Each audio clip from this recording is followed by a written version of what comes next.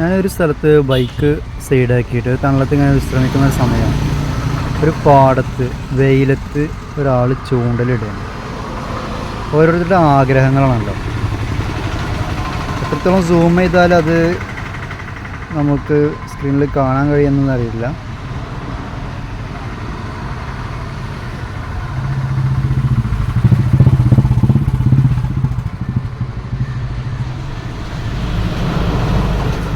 ഓരോരുത്തരുടെ ആഗ്രഹങ്ങളാണ്. ഓക്കെ, ആഗ്രഹങ്ങൾ നിറവേറ്റാൻ വേണ്ടി ഏതറ്റം വരെ പോകുമെന്ന് പറഞ്ഞിട്ടില്ല, അതാണ് കണ്ടുകൊണ്ടിരിക്കുന്നത്.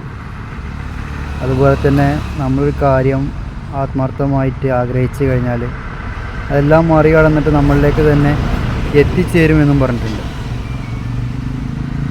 നോക്കിയാൾ